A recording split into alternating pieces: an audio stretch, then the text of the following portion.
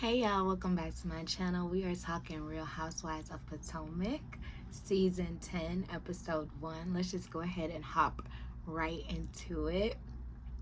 The show starts off giving us a scene of Karen being released from jail, and I am so glad sis is free. I don't know about you guys. I've been in jail as well. I had to do, time. All right, Karen did 6 months. I did 2. And it is not for the weak. I can say that. And I don't wish anybody going to jail, having to wake up at 4 o'clock in the morning for breakfast, have lunch at 11 and dinner at 5, taking public showers, public pisses, public shittings, like getting money put on your books, having to share a cell with several women, phones. Like, it's an emotional roller coaster and unsanitary and horrible. And I am so glad that sis is free. And I hope that Karen learned her lesson like I did, because baby, I ain't going back. And hopefully Karen ain't going back either. Nobody wants to be in jail. I can tell you this right now. I don't care how much money you got on your commissary, how many kites you get, how many spreads you make, and how many mats you got in your bunk if you got a single cell. Nobody wants to be in jail. Nobody. We then get a flashback 6 months prior to see Giselle's and the other lady's reaction to Karen's sentencing. Ashley goes to Giselle's house prior to the other ladies arriving, and they discuss, what it must be like for Karen to wake up in a jail cell. Let me tell y'all, it's hard. All right? Waking up in a jail cell is very, very hard, very difficult, because you is known by a number at this point, not a name. You got one set of uniforms, maybe 2, and then it's not like you come in that night or that day with soap, deodorant. Oh, no. You gotta wait however long until you can make store. And that's if somebody put money on your books. At least Karen and I was blessed enough to have money be put on our books by people that love us. Shout out to everybody who did that for me. So it's like, and then it's people who don't. Y'all, it's people that sit down in jail that don't have no letters coming in to encourage them, pray for them, motivate them, that have like no trial date set. They just in there sitting because they don't know what's what, that don't have a lawyer, that don't have any money on their books, so all they can eat is what the state give, which is not good.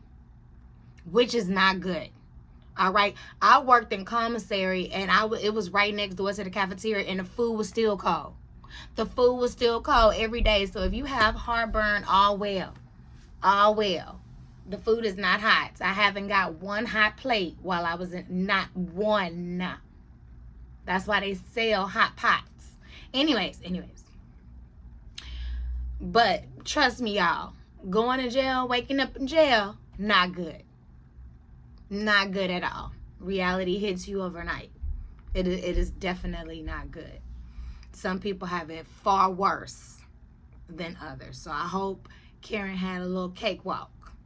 All right, because it is not good for a lot of people. For a lot of people, it does affect, whether you're in there 1 month, 2 months, 3 years, 8 years, it affects them.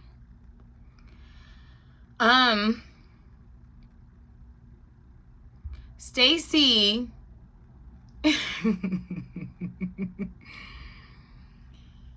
Ashley brings up the fact that Stacey might have paid TJ to be her love interest. Listen, we all believe that Stacey did that. Everybody but Stacey believe that Stacey did that. Stacey keeps denying it. It flashed back. Stacey keeps denying it, okay? Wendy and Kay arrive shortly after. Stacey arrives last. After discussing Karen in jail, Ashley asks Stacey again directly about TJ, and Stacey again denied it. Wendy did pipe in and say, you know, well, Stacey, we tried to tell you to clean it up at the reunion because we knew this would happen, but you called us liars. You told us to mind your business and blah, blah, blah. You know, now we here.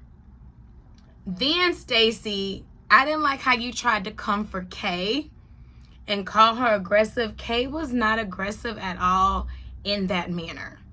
You just didn't like them line of questionings that sis was giving you. But no lie, Stacey, you was giving it right big. You was giving it right back, so you can't hold your own, Stacey. We can give you that. I just didn't like how you called her aggressive. I mean, how dare you? You then leave because the conversation gets too hot. But why do production keep going down to your feet? See, I was wondering then why them production people was being very, very messy and kept going down to your feet. But it does make sense later on in the episode. Giselle proceeds to tell the ladies once Stacey left, you know, me and Ashley was at this event, and this girl, this movie star, came and sat down next to us, gave us receipts that TJ is suing Stacey because the agreement was she promised TJ 50% of her check. And he wants the rest of his money, honey. TJ wants the rest of his money. Y'all, are y'all paying somebody 50% of y'all check to come in and pay to be your love interest? First of all, Stacey, if you agree to that, that's too damn much, because he did not pretend at all. And I feel as though you could have probably paid somebody else who would have did a better job for half that price. I know at least 6 men I can call right now, and I wouldn't have to pay them shit. I would just have to say, hey, you want to get back together? And it just so happened that my storyline would be like, hey, my ex-boyfriend is my next boyfriend. We rekindled, and you know, now we gonna see how it go. Hopefully we learn from our own mistakes. I forgive him. That was 7 years ago. We are new people. We have experienced new things. So, you know, we gonna see what had happened. We got history. We got history. Why couldn't that be your storyline? Why couldn't be dating after divorce be your storyline? That could have been interesting, Stacey. We could have saw that. We could have saw that, because Lord knows it would have probably been funny watching you go on some blind dates. I would have wanted to see that, how awkward the conversations can be sometimes on the first date, and that would have been a genuine connection if something would have connected, you know, just more than what you did with TJ. Okay. Fast forward 2 months later, Stacey meets up with her ex-husband to have dinner. I keep telling y'all to stay out of married folks' business. Stay out of it. Just stay out of it. She say they back together. She say they was on vacation, you know, as a family for Christmas, you know, for their daughter. For their daughter. Not for them, but for their daughter. And when they was on vacation, that's when they found out they were officially divorced. And, you know, they started having conversations over dinner and on vacation. And they was like, you know, I don't think this is over and done with. You know, do you possibly want to probably give this another try? And they started dating again, y'all. Stacey was like, are you prepared for what people got to say when they find out that we back talking? You know, back dating, seeing how it goes. And I loved how he said, I'm prepared because I know my real friends will support whatever decision I make. And I was like, oh, I know that's right, because that's true, though. Like, your real friends and family is going to support, like, whatever decision you make. I understand that I went through it. I understand the story. I understand the story you heard. But you don't know everything about everything. I keep telling you, I stay out of married folks' business. It ain't over till it's over. And look, it was over, and then they circle back. They came right back round. How many times I got to tell y'all, them exes come right back round. That's another conversation for another day. All right. Kay got a new condo, y'all. And she said she moved out and ended the relationship with Greg. Then Greg reached out 3 months later, talking about, what's up? See, you serious? Want to go to Jamaica? Now, first of all, yes. Let me get my passport expedited. And second of all, this ain't gonna work, but we gonna see what happens, because I never been to Jamaica and I heard it's nice. And consider this my alimony, because you put me through the ringer last year, Greg. Okay? You put me through the ringer. Consider this my payment for pain and suffering and embarrassment. Okay? I ain't trying to see what's wet, but I am trying to drink some of these Bahama Mamas and maybe jet ski in paradise. Eat some plantains, you know, the sake, ackee and salt fish, you know, the plantains, the oxtails, the rice and peas. I might want to eat some authentic over there. Sardine. I want to go over there. Let's do that. All right, but you know, as far as me and you, I don't know. I can't confirm or deny.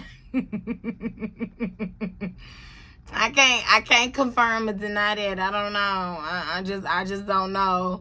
Her mom's come over though. Like, her mom's come over, and she is definitely against her getting back together with Greg. She believes her daughter deserves more. And Kay, not for nothing, sis, we all believe that. We all think that, but we don't know y'all like that. Okay, we only see a small percentage of what y'all show us. We don't know y'all like that, but we do. We on the same page as your mom. I'm so happy for Happy Eddie. He is expanding now to the 3rd state, which is absolutely amazing. They also touch on the fact that Stacey was actually influenced by them, and she is doing Spacey Stacey. She doing it. And you know what? No lie, I wouldn't mind getting in the weed business myself. Hell, I smoke it. I'm 420 friendly. I might as well make some of my money back. Might as well make it. Why not? Like, everybody doing it, and I can sell it many different ways. I have so many ideas. I even know what I'm gonna call it. And I even told my brother, we could just get down and get in on it. But now I think about it, you know, maybe I should just do it myself. You know. But I do want to do it. See, the reason why I want to bring my brother in is because he got a clientele. But you know what? Again, it's a different story for a different day. Okay? Different story. We talking about Happy Eddie and what they doing over there. Ashley is officially divorced. Can't say the same for myself. Hey. She's about to meet up with Stacey at the dress shop. And she asks Stacey again, y'all, about the TJ thing. And she was like, just be honest. Just be honest. Ashley, girl, how quickly we forget. You lied for years about your husband, Michael. His actions, the cheating, the butt pinching, the ass grabbing, I would do wonderful things to him. Like, Ashley, you covered up for your husband for years due to embarrassment. So what makes you think Stacey won't do the same due to her embarrassing moments, sweetheart? I'm just asking you to stop it. Can you stop it? You and Giselle, stop it. Do we need to reference the poster boards for Monique?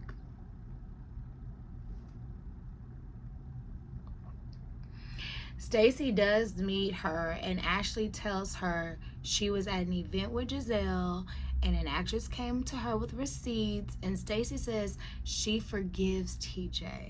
Okay, she forgives TJ, and I just really want us to move forward. Okay, that's what she says. She says she doesn't believe this fake made up actress, whoever she may be. And then Ashley started name dropping the person. Who is the person? I heard it's a Tubi actress, but who is the person? Ashley then asked her, are you legally divorced? Stacey says she is. And Ashley was like, well, baby, I looked for it all down on the intranet and I couldn't find it. Baby, when Stacey said, while you was so busy Googling me, you should have been Googling a voice coach. That was a good one. But Ashley, me personally, I think you should just put the mic down all together, sis. I think you should just lay it down. But hey, that's just me. Moving on.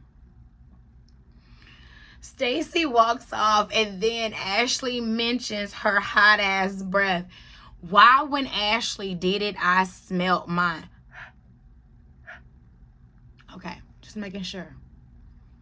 Because I'm not gonna lie, y'all, that is one of the, man, I am so conscious about how my breath smells. And the reason why, I am a smoker, okay? I like all my food heavy and garlic and onions, okay? So the things I put with the onions, peppers, like I know it might sit on the palate, on the tongue, for, you know, a little longer, you know, than necessary. And then I ain't gonna lie to you, I'm not the type of you that keep mints or gum in my purse, because I tried it, but then it spills and it's spilling in my purse, and then the gum tastes like my purse. So I stopped, you know. And then I also feel like you shouldn't even be sitting that close to me anyway, you know what I'm saying? But at the same time, you know, you might have to, and I just want to make sure it's on point at all times. Like, I don't even really like to do the morning kisses like that, because I know it's coming. I know it's humming like Stacey's, okay? I know it's hot. I know it's all of those things. I know it is. I know it is. Okay. So Giselle is a empty nester, and she's loving it. She ends up calling Ashley on the cell phone for a FaceTime, and Ashley downloads her on what happened. You know, Giselle, you say you loving it, but no longer. You look a little bored. You look a little bored. Yeah. So no wonder why you coming for Stacey, baby. You probably boring this season. So now I'm curious to see how this season with you, Giselle, is gonna go. Are you just gonna be on other people? Is that gonna be your thing this year? Or do you really have something to show us? Because I mean, I can't think of nothing we would want to see from you, Giselle. Not for nothing, I'm not even trying to be funny, but you seem very boring. Messy, but just boring. You know, that's it. Kay goes to Angel House, and we get to meet her. Her husband was a professional football player, and Angel is very well accomplished as well. They go for a walk, and Angel kind of asks Kay about the other ladies, and Kay gives her her opinion and feedback. Now, this is something I don't do. I do not like to give people preconceived notions about other people. So when people ask me, because people do ask me on the regular, How do you feel about this person? What do you think about that person? And my response is always, I really think you should get to know the person for yourself. I have no issue with this person. I think this person is a nice person in their own way, and blah, blah, blah, blah, blah. But I also think it's imperative for you to get to know this person for yourself. I always say that. But I also know it's some people who always be like, oh, well, when people ask me about you, I tell them you either gonna love her or you're gonna hate her. What the fuck is that? I feel like when you tell people that, you're basically telling them to be on guard. Be on guard, girl, because you ain't gonna know what comes out of her mouth, and I don't want you to be reactory to it. I don't want you to be responsive. I don't want you to take it, to heart because she don't mean it like that. No, I don't. Please don't do that. Please don't do that for me. All right? I don't do that for nobody. I don't want nobody doing that for me. I'm not saying that people do that for me. I'm just using that as an example because I do know people do that because people have told me that. Oh, he's very lazy. Oh, I think he's very chauvinistic. Oh, I think he's very mannish. Oh, I think he's very disrespectful when it comes to women. Like, I don't like when people give me preconceived notions about other people. I like to see for myself. Because when I see for myself, a bigger picture is painted of the whole situation. Not just of that person's character, but why you saying about that person. And then sometimes it goes deeper than that. Again, that's another story for another day. But I don't do that, and I think people should not do that. And then after a certain age, why are you even asking? Just get a feel for they beef is not your beef. Even if they had this, why you want to know what the fuck we in high school? We're 40 plus. Well, I'm 37, but we close to it. We're 40 plus. Why am I asking you opinion about somebody else? Let me get it for myself. I don't need nobody else to make up my mind for me, you dig?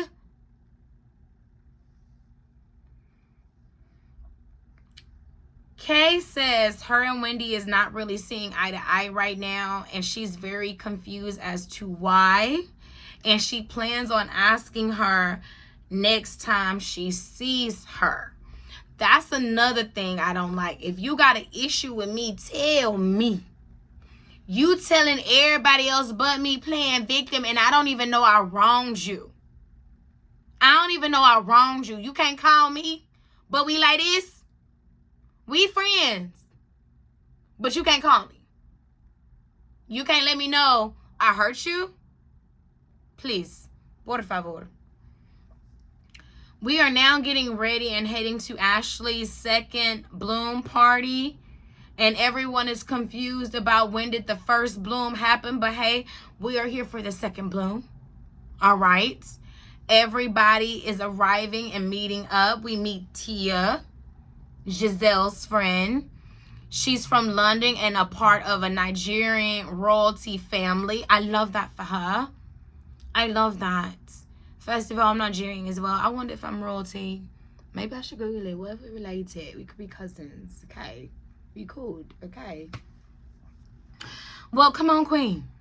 We welcome you, your energy, baby. Come on in. Fashions too. And can I just say for the record, baby, Wendy was best dressed. Wendy looked absolutely amazing in that dress. Best dress, hands down. Ashley, baby, she come out, she can barely walk down the stairs. She have to walk a little, step a little, breathe a little, pause. Walk a little, step a little, breathe a little, pause. As she coming down the damn stairs. And I thought it was a little bit of a kiki. I mean, to be honest, I'm surprised nobody just baby, reach the hand out for sis. Just, come on, just. It was so many gentlemen in the audience. They could have just went on the side of the stairs and just helped sis down. Because she needed all the help she can get. Kay then sits down with Wendy and confronts her about what's going on, what's happening, what's the disconnect, is there beef? When Wendy gave more context to the situation, I see more so Wendy's point of view than I do Kay's. I'm not sure if I'm on stage speaking publicly that I would give a wave, break my speech, to give a shout out, a head nod, any of that. Now, I know I will come and see you and thank you after the whole event for your support, but you was already there as a sponsor. You were going to be there anyway, whether I spoke or not. And moreover, Wendy said she didn't say anything because she wasn't trying to take away your shine. Wendy speaks at events all the time, y'all. Wendy speaks on the CNN. This was Kay's first big major thing. So in Wendy's mind, baby, I wasn't trying to overshine you. And I'm on stage. What you expect me to do on stage? 1 second, y'all. I just want to say thank you so much. I see my friend Kay coming in right now. Yes, excuse her. Yeah, her right there coming in, sitting down in the white. Hey, girl. I just wanted to say, hey. Yeah, thank you so much for coming out and your continuous support. All right, back to the panel. Was I supposed to do that? Like, how that feels unprofessional as fuck right now. And I'm not even on a stage. Again, I would have came and spoke to you after the fact, while we would have met up and got some drinks or something to eat or something. You know y'all eat after us. Y'all know y'all eat after us. So what was wrong with that? Then we could have took a picture and posted or whatever you wanted to do. Y'all, do Stacey breath really stink like that? Like, because if it do, maybe it's halitosis. Like, maybe it's a serious issue. Maybe she don't brush her tongue. Maybe she haven't been to the dentist yet this year. You know you're supposed to go twice a year. A lot of people don't know that. Maybe, you know, since half her money going to TJ, she really can't afford to go get like a little checkup or something. Maybe she, you know, her Medicaid overlaps. Maybe she allergic to peppermint. Maybe she needs to like brush and gargle. And then bend it back. A lot of people don't bend it back when they gargle, and they just gargle like this. No, sometimes you need to bend it back and make sure you get all up in that throat. All up in the back of that throat. Maybe she don't gargle after, and it's just in the back of that throat. And she just need to get that out. Maybe she needs a deep cleaning. That's what the dentist call it. Maybe she needs a deep cleaning. And once she have the deep cleaning, then she'll be all right. You know, maybe she got so immune to it, she don't even smell it. Y'all smell it, but she don't even smell it. I know a lot of people breath that's probably hot as Stacey's, and they probably don't know. And it's not that I don't want to tell them. It's just that, one, I don't even be in their face like that in the first place. Two, if I tell them, it's probably going to hurt their feelings because it will never be received well. And three, I'm not kissing them. Those are good 3 points on why I ain't got to say nothing. Your spouse got to smell it, kiss it, tolerate it. Now I said the cat. So I only got to hear it, and then I know how to hold my breath while you speaking to me, so I ain't got to smell it and make my stomach turn. I know how to.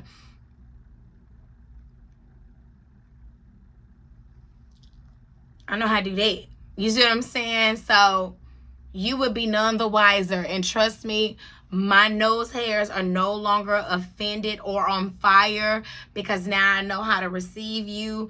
I'm going to need to keep at least this much distance away from you, so it really won't be, you know, as hot.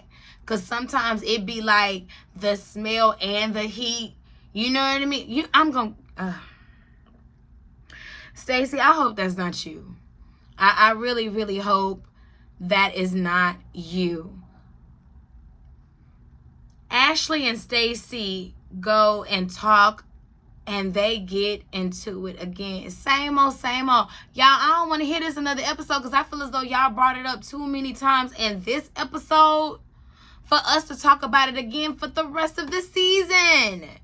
And then Hoppo, who is this man that inserted himself in the end talking about y'all need to keep it down, or this is a little loud, or whatever he said? Baby, if this is my house, my event, and I'm the reason why we're all here, baby, Don't tell me I'm loud. You can fucking go.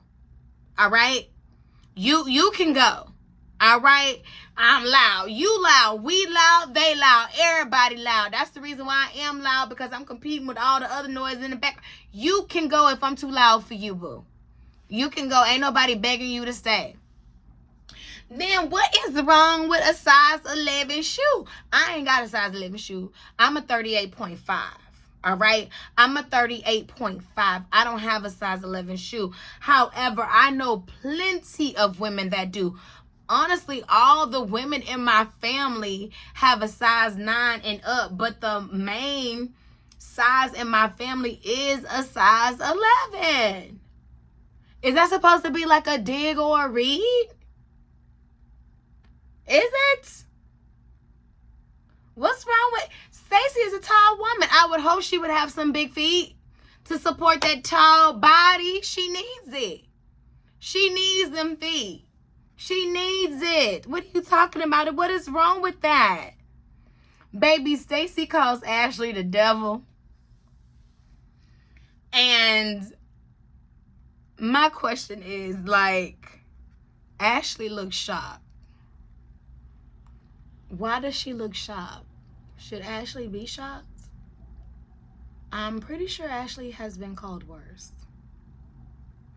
What do y'all think about this episode? Like, are we liking it so far? What do y'all think about the 2 extra ladies that just joined the cast this year?